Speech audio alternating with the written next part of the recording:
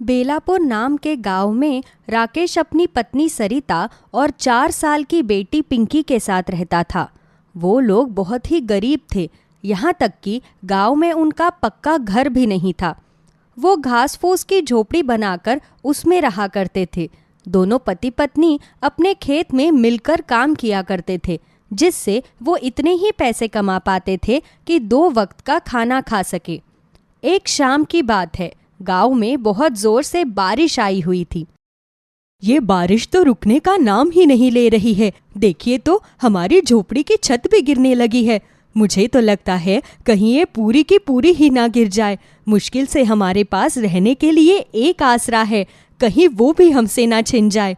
और अगर ये बारिश रुकी नहीं तो हमारी कमाई का आसरा, हमारी फसल भी खराब हो जाएगी। सरिता के इतना कहते ही झोपड़ी की आधी तरफ की घास फूस की छत टूटकर गिर जाती है, जिस वजह से वो बहुत डर जाते हैं। हे भगवान, शुभ शुभ बोलो सरिता। अच्छा हुआ कि हम इस तरफ नहीं बैठे थे, वरना ये हमारे ऊपर ही गिरती। जल्दी चलो, पिंकी को लेकर घर से बाहर चलो। राकेश इतनी तेज बारिश में अपने बीवी बच्चों को लेकर घर से बाहर जाता है। तभी उसे अपने घर के पास में बना एक भैंसों का तबेला दिखाई देता है।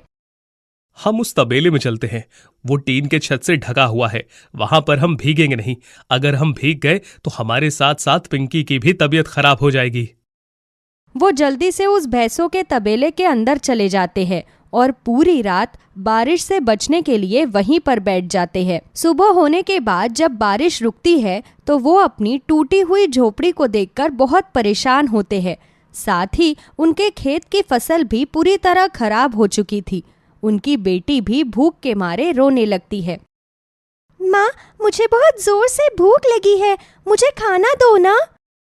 हाँ, बस थोड़ी देर रुक जा, मैं तेरे लिए कुछ ना कुछ खाने का इंतजाम करती हूँ। सुनिए जी, कहीं से कुछ खाने को मिल सकता है क्या? पिंकी को बहुत जोर से भूख लगी है। फिलहाल तो हमारे पड़ोसी ही हमारी मदद कर सकते हैं। मैं सुरेश भाई साहब से पूछ कर देखता हूँ। राकेश अपने पड़ोसी सुरेश के घर जाकर देखता है तो उसके घर पर ताला लगा होता है। अरे अब क्या करूं? ना ही खेत में कुछ बचा है, ना ही मेरी जेब में कुछ पैसे हैं। सुरेश भाई साहब भी कहीं बाहर गए हैं। खाना लाऊं तो कहां से लाऊं? एक काम करता हूं, पास वाले बाग में चला जाता हूं। वहां पर कुछ फल लगे होंगे तो उन्हें ही तोड़ कर ले आऊंगा।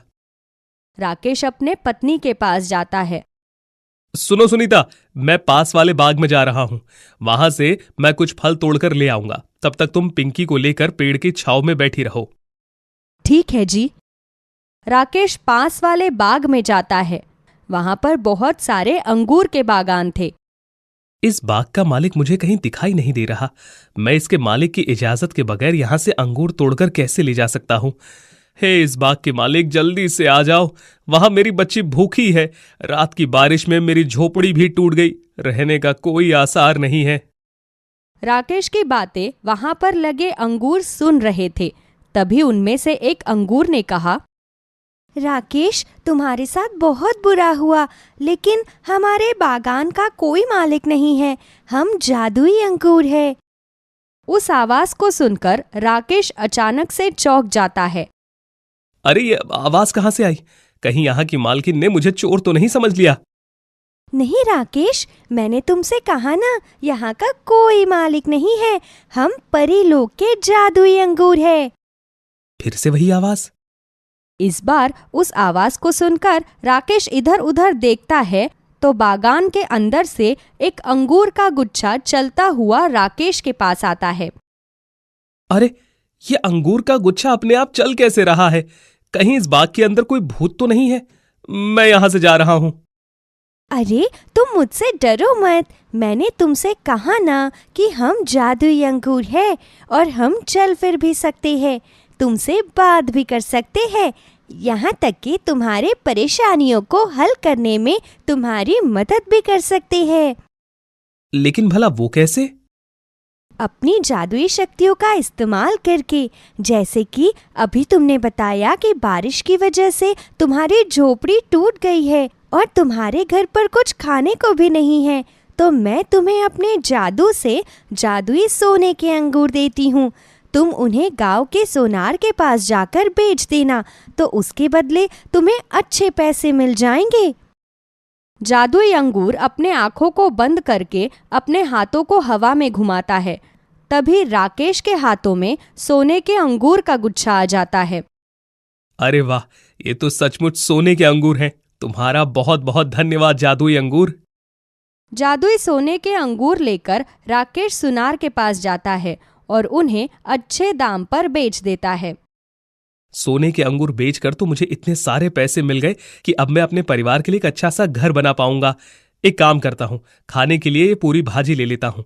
वैसे भी सरिता और पिंकी को पूरी भाजी बहुत पसंद है। राकेश सबके खाने के लिए पूरी भाजी खरीदता है। कुछ दिनों में वो उन पैसों से अपना घर बनवाकर भी तैयार कर लेता है। अब उसकी जिंदगी खुशहाल हो जाती है। लेकिन तभी एक दिन उसकी पत्नी उससे कहती है, सुनिए जी, आप दिन रात खेत में इतनी मेहनत करते हैं, लेकिन फिर भी ज्यादा पैसे नहीं कमा पाते। इससे अच्छा आप उस जादुई अंगूर के पास जाइए, वो फिर से आपकी मदद करेगा। आप उससे जादुई सोने के अंगूर मांगना। उन सोने के अंगूरों को बेचकर जो पैसे आएंगे, उनसे आप अपना कोई बड़ा रोजगार शुरू करना। बात तो तुम्हारी ठीक है सरिता, मैं आज ही जादुई अंगूर के पास जाता हूँ। वैसे भी खेती में कुछ भरोसा नहीं, कब बारिश आ जाए, कब तूफान आ जाए और कब फसल खराब हो जाए। ये सोचकर राकेश फिर से जादुई अंगूर के पास जाता है। क्या हुआ राकेश, सब कुछ ठीक तो है ना?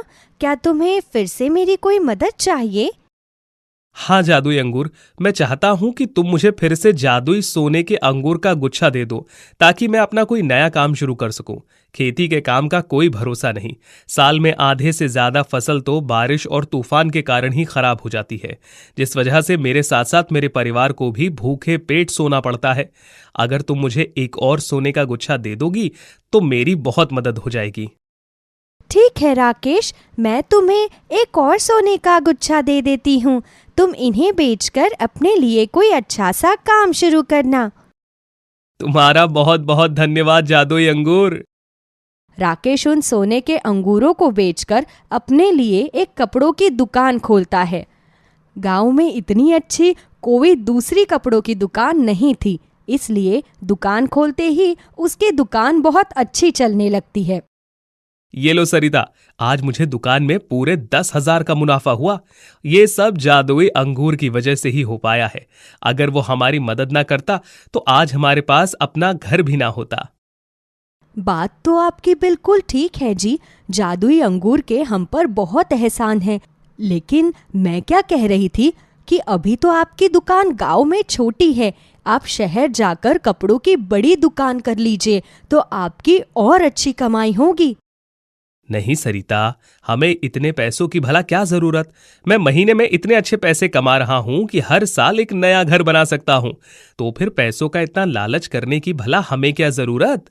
और बार बार जादुई अंगूर के पास मदद मांगने के लिए जाना अच्छा भी नहीं लगता। उसने पहले ही हमारी बहुत मदद की है। अरे, मदद कर दी है तो एक बार और मदद मांग लीजिए ना। वैसे भी अगर आप नई दुकान खोलेंगे तो वो बाकी लोगों के लिए भी तो अच्छा है। वो कैसे?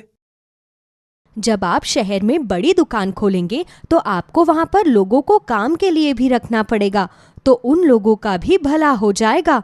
और आप शहर में जाकर काम संभालेंगे तो गांव वाली दुकान को किसी और को सौंप देना। उसे हर महीने दुकान संभालने के लिए पगार देते रहना, तो गांव के लोगों को भी रोजगार मिल जाएगा। तुम ठीक कहती हो सरिता, मैं आज फिर से जादुई अंगूर के पास जाता हूँ। राकेश फिर से जादुई अंगूर के पास जाता है। अरे राकेश, तुम यहाँ? क्या तुम्हें फिर से मेरी कोई मदद चाहिए? तुम्हारी दुकान ठीक तो चल रही है ना? हाँ जादुई अंगूर, मेरी दुकान बिल्कुल ठीक चल रही है, लेकिन मेरी पत्नी चाहती है कि मैं शहर जाकर कपड़ों की एक बड़ी दुकान करूं, जिससे मैं और लोगों को भी रोजगार दे सकूं। जादुई अंगूर को राकेश की ये बात थोड़ी अजीब सी लगती है। वो समझ जाता है कि इसकी पत्नी के मन में अंधे पैसों का लालच आ गया है, लेकिन फिर भी वो एक बार फिर से राकेश की मदद कर देता है। ठीक है राकेश, ये लो एक और जादुई सोने के अंगूर का गुच्छा।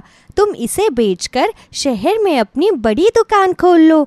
लेकिन एक बात हमेशा याद रखना, दूसरों के साथ हमेशा अच्छा बर्ताव करना, कभी उनका हक मत मारना, वरना तुम अपना सब कुछ खो दोगे। जादुई सोने के अंगूर के गुच्छे को बेचकर राकेश ने शहर में अपनी बड़ी कपड़ों की दुकान खोल ली। उसकी गांव वाली दुकान का हिसाब किताब सरिता देखने लगी। उसने काम करने के लिए अपने साथ गांव की ही एक औरत को काम पर रख लिया। वो बड़ी ही ईमानदारी से अपना काम करती, लेकिन जैसे ही उसकी पगार देने का समय आया, सरिता दीदी, मेरी पगार का समय हो गया है, हमें पगार दे दीजिए। हाँ, ये लो तुम्हारी पगार के पैसे। लेकिन ये तो सिर्फ 5,000 रुपए है, आपने तो मुझे 8,000 रुपए पगार देने को कहा था। हाँ कहा था, लेकिन तुम इतना अच्छा काम भी नहीं करती, तुम इतने पैसों की ही लायक हो, इसलिए इतने ही पैसे रखो। ये आप बहुत गलत कर रही है सरिता दीदी, आप मुझे मेरे पैसे दे दीजिए, मुझे इन पैसों से अपना घर चलाना है। देखो, पैसे तो तुम्हें इतने ही मिलेंगे, अगर रखना है तो रखो, वरना जाओ यहाँ से। जादुई सोने के अंगूर बेचकर इतना पैसा कमाकर भी सरिता दूसरे लोगों का हक मारने लगती है, जो बात जादुई अंगूर को बिल्कुल भी पसंद नहीं आती। इसलिए सरिता के व्यवहार की वजह से वो उनसे अपना दिया हुआ सब कुछ छीन लेता है और वो लोग फिर से उसी तरह गरीब हो जाते हैं। रतन रात के समय अपनी साइकिल लेकर अपने घर की ओर बढ़ रहा था। तभी उसे रास्ते में एक बूढ़ी औरत नजर आती है, जो एकदम बेसुध पड़ी हुई थी। वे बार बार पानी पानी कह रही थी। आसपास से गुजरने वाले सभी लोग उसे नजरअंदाज करके चले जा रहे थे, क्योंकि वे बूढ़ी औरत देखने में काफी बदसूरत और बुरी नजर आ रही थी। उसके पूरे शरीर पर मोटे मोटे दाने थे। लेकिन रतन बड़ा ही दयालु था। वे अपनी साइकिल रोककर उस औरत को पानी पिलाता है और कहता है, अरे अम्मा, क्या हुआ आपके साथ? किसने की आपकी ये हालत? बोलिए अम्मा, क्या हुआ? आपको मैं अस्पताल लेकर चलता हूँ। नहीं बेटा, मुझे कहीं नहीं जाना, बस मैं तुम्हें कुछ देना चाहती हूँ। आप मुझे क्या देना चाहती हैं अम्मा? आप तो मुझे जानती भी नहीं हैं। मैं अच्छे से जानती हूँ कि मैं अपनी सबसे कीमती चीज एक सही और अच्छे इंसान को दे रही हूँ।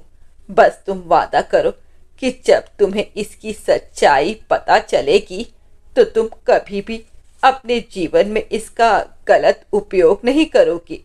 हमेशा सच और ईमानदारी के रास्ते पर चलोगे। वो सब तो ठीक है, लेकिन आप पहले अस्पताल चलो। आपकी हालत देखकर मुझे ऐसा लग रहा है कि कहीं ज्यादा देरी हो गई तो कुछ भी हो सकता है आपके साथ। तुम मेरी चिंता बिल्कुल मत करो बेटा। यह मेरे हाथ में मिर्च है, इस मिर्च को हमेशा संभाल कर रखना। जैसे ही वे मिर्च रतन को देती है, वह बूढ़ी औरत तुरंत गायब हो जाती है। रतन ये सब देखकर बहुत हैरान था। उसे कुछ समझ नहीं आ रहा था कि अचानक वे औरत गायब कैसे हुई। रतन तुरंत वहां से भागता है और अपने घर आ जाता है। उसे ऐसे देर से आता देख उसकी पत्नी रीमा उससे कहती है, ये कौन सा समय है घर आने का?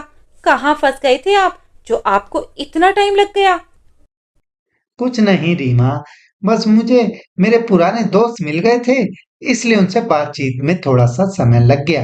तुम जल्दी से मेरे लिए खाना लगा दो, मैं बहुत थक गया हूँ। मुझे बस आराम से सोना है।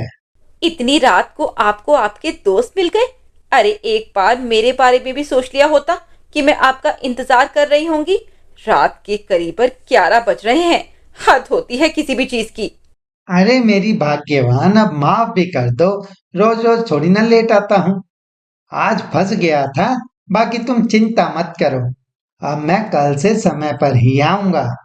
चलो अब अंदर चलो और मुंह हाथ धोकर खाना खा लो। रतन उस मिर्च को लेकर एक गमले में रख देता है। रात भर रतन को नींद नहीं आती। वह बेहद परेशान था कि आखिर वह सब क्या था। ऐसे ही अगली सुबह रतन के घर पर गांव का लाला अपने कर्जा मांगने के लिए रतन के घर आता है। अरे रतन, ये 2 लाख की रकम पूरी करने में तुझे कितना समय लगेगा? देखते देखते साल भर निकल गया, लेकिन अभी तूने 50,000 भी वापस नहीं किए। माफ करना लाला जी, लेकिन क्या करूं, मेरी आमदनी नहीं है इतनी कि मैं जल्दी जल्दी आपके सारे पैसे वापस कर दूं। जब से कर्जा लिया है तब से मैं रात को ठीक से सो भी नहीं पाता हूँ।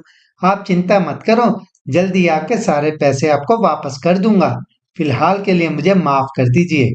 अरे अब तेरे घर आ गया हूँ तो खाली हाथ भेजेगा क्या मुझे? कुछ तो दे ही दे। लाला जी, फिलहाल के लिए तो मेरे पास 10,000 हैं। अगर आप वो 10,000 लेने को तैयार हैं तो मैं आपको दे देता हूँ। चल दे यार, तू 10,000 ही दे कम से कम।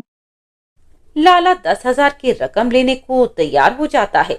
रीमा अंदर जाती है और अलमारी जैसे ही खोलती है, उसकी आंखें फटी की फटी रह जाती हैं। लेकिन वे कुछ समय कुछ नहीं कहती और लाला को पैसे दे देती है। लाला के जाने के बाद रीमा अपने पति से कहती है, मुझे आपसे कुछ कहना है। जब मैंने लाला को 10,000 की रकम देने के लिए अलमारी खोली तो मैंने देखा उसमें बहुत सारे सोने की मिर्च पड़ी हुई थी। यह देखकर मैं तो हैरान हो गई। लाला उस समय यहीं पर था, इसीलिए मैंने उस समय कुछ नहीं कहा। यह क्या कह रही हो तुम? चलो दोबारा अलमारी खोलकर देखते हैं। दोनों पति पत्नी फिर से अलमारी खोलकर देखते हैं और उस समय अलमारी में कुछ भी नहीं था। लगता है तुमने कोई बुरा सपना देख लिया है, तभी तो तुम्हें हमारी अलमारी में सोने की मिर्च नजर आ रही है। अरे सच में मैंने देखा था कि पैसों के साथ सोने की बहुत सारी मिर्चें रखी हुई थी। अरे मैं उसी समय आपको बताती, लेकिन किसी बाहर वाले के सामने ये बातें करना मुझे ठीक नहीं लगा। अरे रीमा, तुमसे कोई गलती हुई है? अगर सच में तुमने अलमारी के अंदर सोने की मिर्च देखी होती तो वो अलमारी के अंदर ही होती ना। लगता है मुझे कोई गलती हुई होगी। शायद मैंने कोई सपना देखा होगा और वही मुझे हकीकत नजर आने लगा। चलो कोई बात नहीं, अब इस बात को भूल ही जाते हैं। उसी में बेहतरी है हमारी। दोनों पति पत्नी बहुत परेशान थे। उन्हें कुछ भी समझ नहीं आ रहा था कि आखिर यह सब कैसे और क्यों हो रहा है। ऐसे ही शाम को रीमा खाना बनाने जाती है तो देखती है कि घर में राशन ही खत्म है और वह रतन से कहती है, लाला जी को तो हमने 10,000 रुपए दे दिए थे, अब घर में 1 रुपया भी नहीं है। ऊपर से घर में राशन भी खत्म हो चुका है। अब बताओ मैं क्या करूं? मैं खाना कैसे बनाऊं?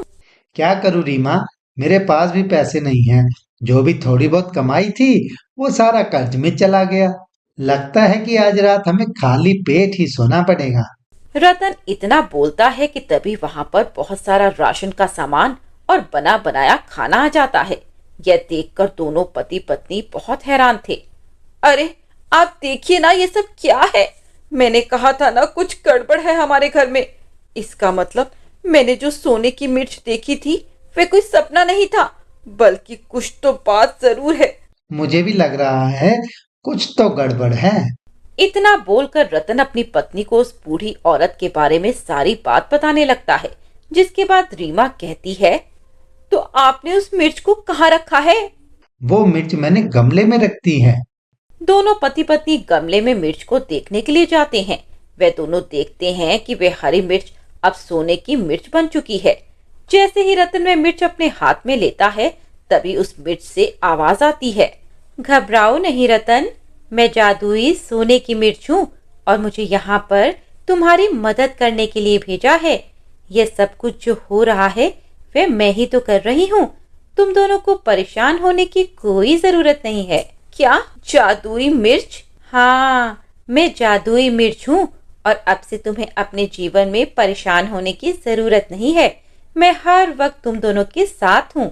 हर बुरी परिस्थिति में तुम दोनों का साथ दूंगी। इसका मतलब मुझे जो रात को बूढ़ी औरत दिखाई दी थी वो कोई आम औरत नहीं थी, बल्कि किसी देवी का अवतार थी।